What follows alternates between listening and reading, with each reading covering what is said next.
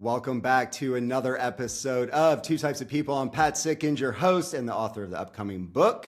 And today we are rounding out the Larry Linney episode with a featurette with a guy who I've actually known for a long time. I was trying to think about it, Tim, how long we go back, and probably the last time I saw you, probably longer than we'd like to mention. But today's featurette guest is the CEO of Gibson, based out of South Bend, Indiana, with offices, good grief, everywhere now. Tim Leman, thank you for coming on today's episode. Awesome to be here. Yeah, I was thinking about that too. It's probably been about 10 years maybe since we were together. I was thinking we were at an Insight Performance Group event with Larry, and I think it was Atlanta, so that would have been like 16, 17, something like that. Sounds about right. But I've known Gibson, I've known a lot of your team for a very long time. We did some work for you guys early on at Adaptive.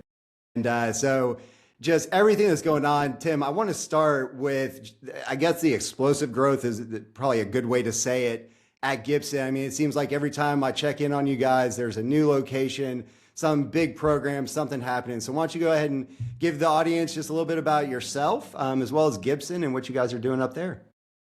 All right.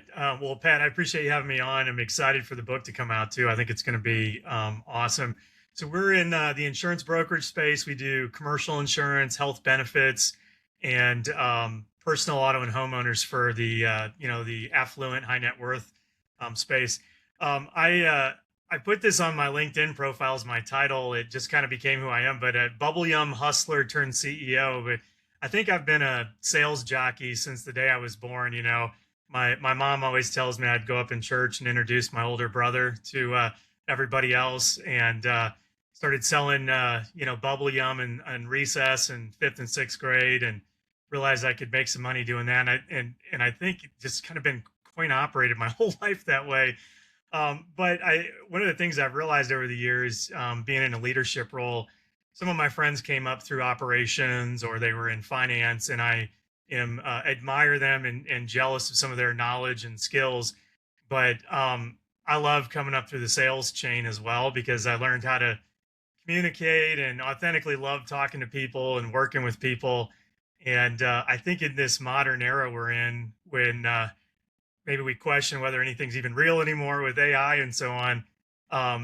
Being able to communicate and talk and with folks, I think is going to be a helpful skill set over the long haul. But I've been married almost 30 years now. Got to my high school sweetheart, so we had a high school dating phase and then reconnected in college. Got 3 kids. One that's been out of school for a few years. He actually works for us at Gibson now in our Indianapolis office, which is wild. He was in med device sales for a couple of years and wanted to join. I was the last person to find out about it. And then my middle guy is studying risk management at Butler University, and he graduates in December. And he says he's probably going to grace us with his presence. It depends, what happens in the open market. I was going to say, that's right. It's a free agent market now, sports and business. Sure is. And my daughter's in high school, and she's threatening me to actually go to Notre Dame here in South Bend. So I got to keep working so I can pay for that tuition bill. There you go. Well, I was going to say, you're looking festive. We are recording on St. Patty's Day 26. So I'm assuming it's a pretty big, there's some festivities around town, and a pretty big Irish Catholic and, little things going on in town, huh? There will be a little bit of beer drank today for sure. Just some green fare all around, huh? Right. Well, Tim, I want to ask you, how many employees do you guys have now? Yeah, we have 200, and we're in 8 markets now. We cautiously expanded, 150 miles away 10 years ago. We dip our toe in it and go from South Bend to Indianapolis or Fort Wayne, Indiana. And then a few years ago, I realized that, Pat, that, as it turns out, this probably won't come as a big surprise to you, but people are moving to places like Florida and Arizona. They aren't necessarily moving to Indiana and Michigan.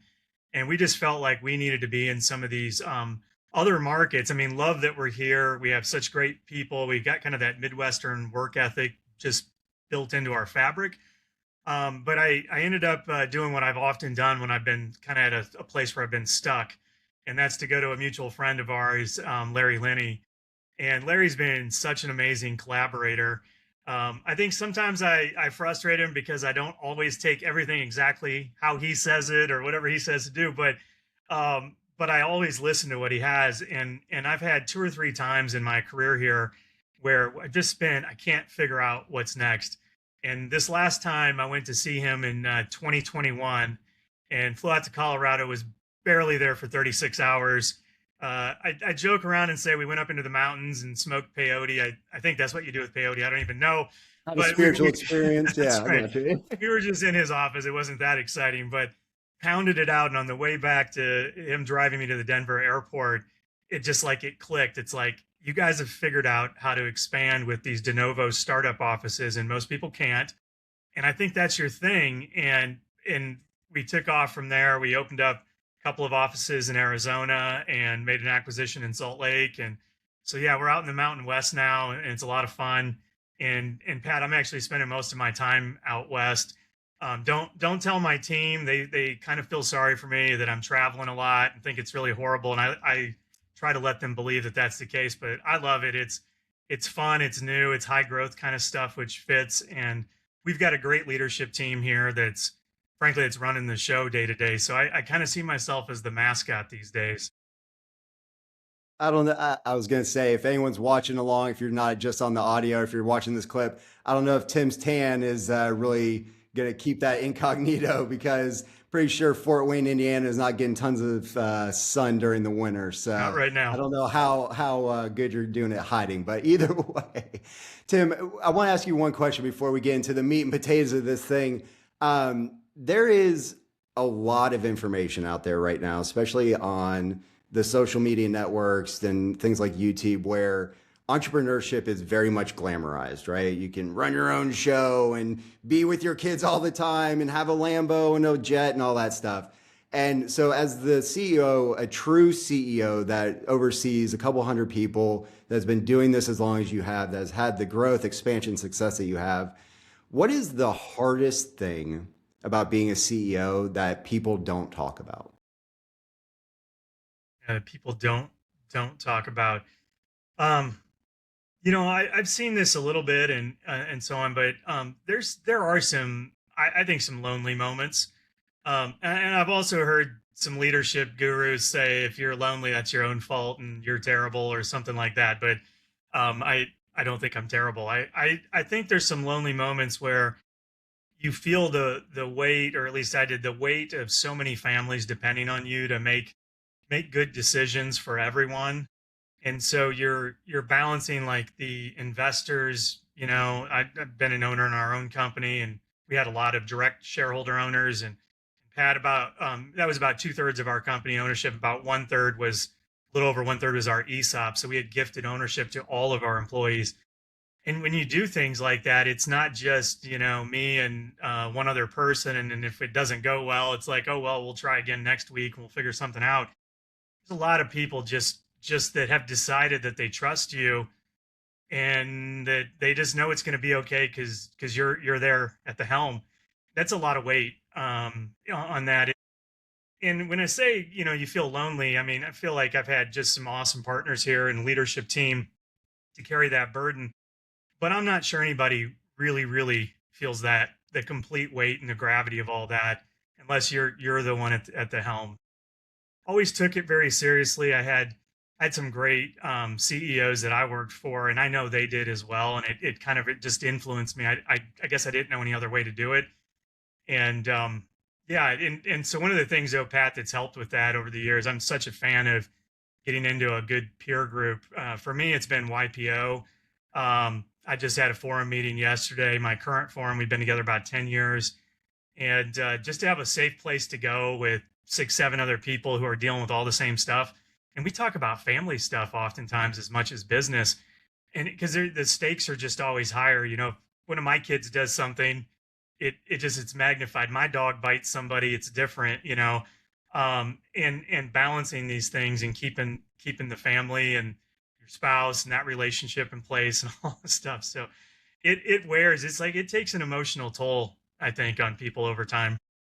It absolutely does, and it's grinding it out. It's the determination. It's remembering why you started all this in the first place. But you're right. I mean, And you do. I know a lot of your leadership team. I've met a lot of them over the years, and you can have the greatest team assembled, and I've got great support around me. But I was in here at 4 a.m. this morning because I had to, because family stuff and work stuff, it just was. And I'm not asking anyone to come in at 4 a.m. So that was a lonely moment. So you're right. It's, you see all the glitz and glamour that people are putting out there, but it's a lot of lonely, hard decisions and questioning yourself and just pulling yourself up every single day. And, but I think to your point, it's minimizing that maybe as much as possible, not eliminating the lonely moments, but at least minimizing them as No, much I as think they come with it. It's part of their responsibility. It's part of the privilege, honestly, of getting the chance to sit in the saddle and be in that role, and all the energy and excitement that brings. There's another side to it too, along the way. I think if there was a part two to that too, Pat, it's just that, to what you were saying. I don't know. I may not. I'm just not as smart or as talented as all the other entrepreneurs that have overnight success. We're a 20-year overnight success story. It just takes time, and honestly, we're a 93-year-old success story in that way. But this ability to pivot and adapt and rewire, I think so much of it comes down to just hanging in like one more play. That's really all you got to do. If you stay in the game like one more play than everybody else stays in, it's amazing what can happen if you just kind of don't throw in the towel and give up. Just keep going. Man, so much wisdom in that, Tim. I talked to Sean French. So this is a spinoff show of the Determined Society, part of the network. And he and I talk both on air and off air a lot about the privilege of the things that we're having to deal with. And, I try to be the guy, and I learned this from Larry early on, because, there was the growth trajectory that we were talking about with insurance agents. And I remember Larry talking about stopping and celebrating the success and looking back because it's so fast. And that didn't really make a lot of sense to me when I was 24 years old. But as things have really started to go, and you kick these ideas and these projects down the mountain and the momentum starts going, you kind of lose sight of, I asked exactly for this problem. I just didn't know it. But to get to where I want to go and have the vision and the dream and all these things and be doing what I love, it comes with a lot of hard stuff. And I have to remind myself that a lot, because it could be a lot worse. I could be dealing with different problems that, the outcome, even if I solve them, wouldn't be that great. Pat, I mean, I remember when you and Larry put that first book together about, branding, and, I had an amazing non-best-selling Wall Street Journal, book. And unlike yours, mine never made it on a bookshelf like that at a bookstore. But man, those moments of like I think I have something to share with people. I could help them, and at the same time, like, oh, this is gonna suck. It's not very good. There's so many better people than me out doing it. It's tough. But those moments where you get where it's like all that, where you feel alive, like everything is cooking, you're working as hard as you've ever worked, and like something big happens. Those kind of breakthroughs, I think, make the other, whether difficult, lonely, the hard work time, whatever, those all, I think, come back into perspective. No doubt. It's the payoff, right? And I've been talking about that a lot. It's, I'm not looking for a payoff every day, but I need to know that there's something coming, because all this is hard, right? And so I totally agree with you. And with the book, we actually did talk quite a bit about our evolution. We showed it. I've got my Hey. copy over here on the shelf out in the main studio there. When we did some bonus content with Larry about him being an author, you as an author as well. And you're right. I mean, the moment you physically touch your book for the first time, and see the pages and the words that you put down. And I know you had some great endorsements as well. So to get, a little bit of that credibility of like, okay, maybe people think this isn't such a bad thing after all. It was pretty cool, Pat. A few years ago, 2 years ago, my YPO chapter had Pat Lencioni come and speak, and I'd never met him. I'd been connected via a friend who sent my book to him, and he ended up endorsing it. And I remember his general manager called me, and she's like, "Well, I don't know what it is about a random Tuesday in December. He's got a stack of foot high of people who want an endorsement, and he pulled yours out. Will this work?" Of course, I didn't care what he said; it was going to be fine. But about 2 years ago, we had him speak, and so I brought the book along, waited till the end. He came up and talked to him, and I brought my old mentor friend along who had introduced us and got the endorsement. They hadn't seen each other in years too, so it was so cool on that. And whether he did or not, he grabbed it, he looked at it, and he wrote something down. He said, "I remember this 100%." He told the story. I don't know, maybe it was for me, but I'll take it. It was a really neat experience. That's fantastic, Tim. Well, let's get into the main question of today. Tim, there are two types of people in this world. What are they? I was thinking about this a lot, and what kind of struck me, Pat, is those that know they can't do it alone, and those that make sure nobody else has to. And I just feel like sometimes I feel like I've had this charmed life. Like I've come across and been put in connection with so many amazing people who wanted to help me. And I think in some cases, sure, where there's some benefit to them too, probably, but not to the level that the gain I experienced from it. Larry is definitely one of those people to be able to have worked with him, connect with him, collaborate with him. There are some major moments in my life that just wouldn't have happened without that. I could go on and on. I mean, just a list of these people that what if that wouldn't have happened? And one of them in particular, is a guy named Jim Spooler. He was in the insurance business for a long, long time. He was my boss's boss at Aon right out of college. And I didn't like him at all at first. I mean, he got right up in my grill. He heard me making calls and told me how terrible it was and do this next time, whatever. And I'm thinking, like, I was the number one draft pick out of college. You must not know who I am. But we ended up becoming fast friends. He ended up playing golf in high school against my wife's stepdad, and just this small little world connection. But he always hung in there, and he ended up getting me connected to my second job and put me in front of the three amazing organizations with three great opportunities that I didn't even have to interview. They just like called and said, when can we fly you out? So I go out and I interview all these places. We pick the one that makes sense. And I'm trying to think of how I can thank him. So my wife bought him this golf vest and shirt and I gave it to him and he's like, thanks. I mean, I got a lot of these, but you can help me by helping the next you. You know, my entire life, like that's just it's been like I need to do what what Jim did for me, and it feels natural too. It just comes, but I just can't even imagine like. And he cost himself some serious political capital when he did that. I was working for a good friend of mine, but I needed a different opportunity, and he got me out to Phoenix, and my life changed again because of that.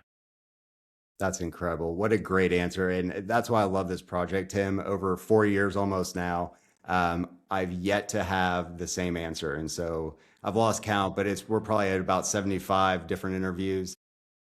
That one really does hit home, especially because we're tying this all to Larry. Yeah, I came in at 24 years old. I've been doing some bartending, some mortgage stuff up here in Jax Beach. Went down and I had a marketing degree, so I'm like, yeah, let's get to this business stuff. And I've said it on multiple recordings and over the years, but I got a master's degree from him, and he didn't have to. And being the position I was in with family in the business, he could have very easily said no thanks, I'm good. But he has done so much for me just in the way that he mentored me and just taught me the ways of doing business. And there's so many people, from teachers and coaches, and it can be just even unofficial, an unofficial relationship. Maybe it's someone that you just look up to in the community, but I love that because we do have a very wide variety of listeners, from age to occupation and all that. So to hear that, hopefully there's some people out there that maybe will open their hearts a little bit in their time to some of the younger generation. If you are in that high school, college age, start looking for them, because there are some great people in every community that are willing to do it. But I remember hearing this advice early on. You've got to ask them, because there's no one out there going, who can I mentor today? It's not happening. But most people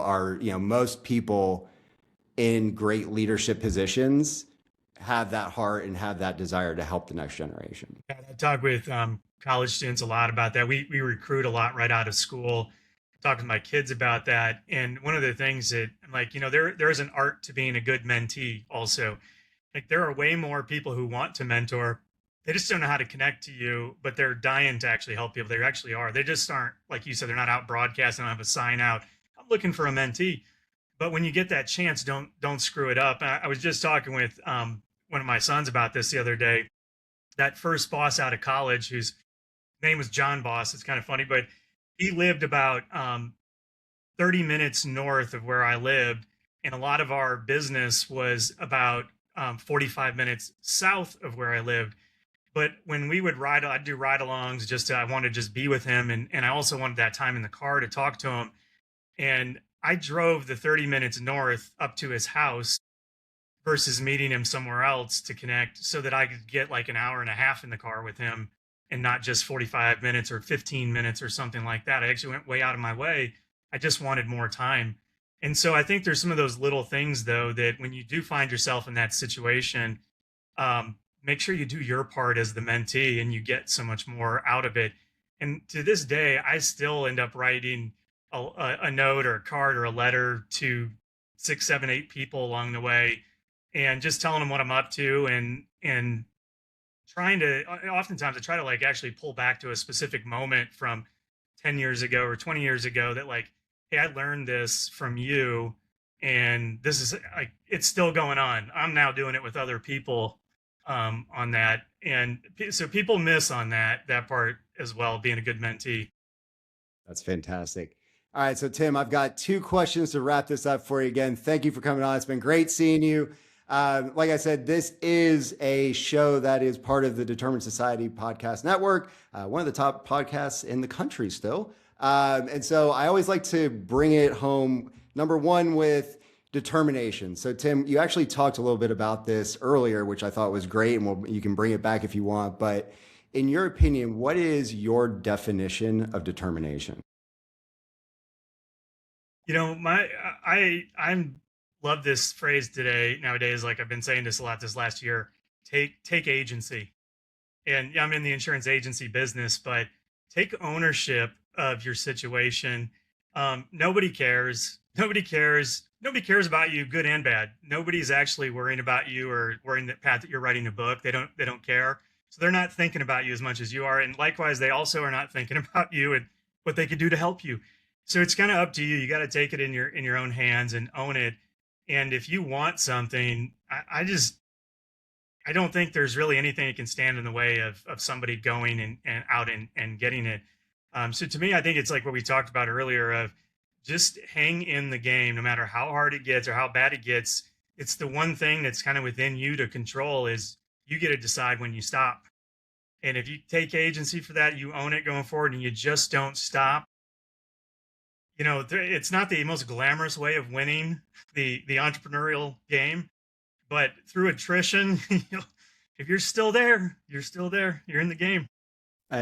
Everyone we've talked to, whether it's business, sports, entertainment, you name it, that is the one thing. It's just outlasting, because there's tons of skilled people in the world. There's tons of great entrepreneurs and athletes and all that. But if you can just stay in there, take the hits, keep going, that's what it's all about. So, okay. So in those moments when in motivation, we kind of hate that word around the Determined Society, because, as you know, Tim, motivation, especially in those lonely moments like we were talking about, that's not going to get you through. But we like to think about music sometimes fueling that passion, fueling that energy. And the way this came about, was just a conversation. I said, hey, Sean, what was your walk-up song at LSU? And he's like, oh, it was this. And he told his story. He's like, what was yours? I was like, oh man, well, I started with this in my senior year. So we like to ask every guest on the shows that we have, Tim, if you had your walk-up song, Bomb of the Ninth, or whatever it is, that one song that still just gets your blood going, what is it?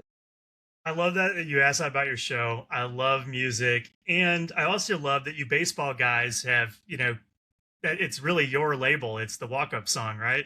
But so I kind of think if when I'm driving to the stadium, I like AC/DC Thunderstruck is awesome, and they're coming to Notre Dame here in September, so I can't wait to see them live. It'd just be fun. I know they're old dudes nowadays, but that just like the energy from that song. But I also kind of have that one. It's more the end of the season when you're driving away from the stadium, and it's Bob Seger, Turn the Page, and it kind of speaks to some of that loneliness we mentioned. The other, like, you just poured everything into it and you left it out there, and some of the fans appreciate it, some don't, but you know what you did, and you're on to the next one. So those are my two. Those are great ones. And that's why I love it. Just everyone has a reason for their song, a moment in time, a story. And very few people have one song. It's always, I've got one, but I've also got a second. Yeah. At least two. So that's awesome. Well, Tim, thank you again. This has been a great conversation. Great seeing you. Hello to everyone up at Gibson. I hope everyone, please like, share, subscribe. Go find Tim on LinkedIn, Instagram, and then it's the GibsonEdge.com. Yeah, right. The Gibson Edge, right on. Edge.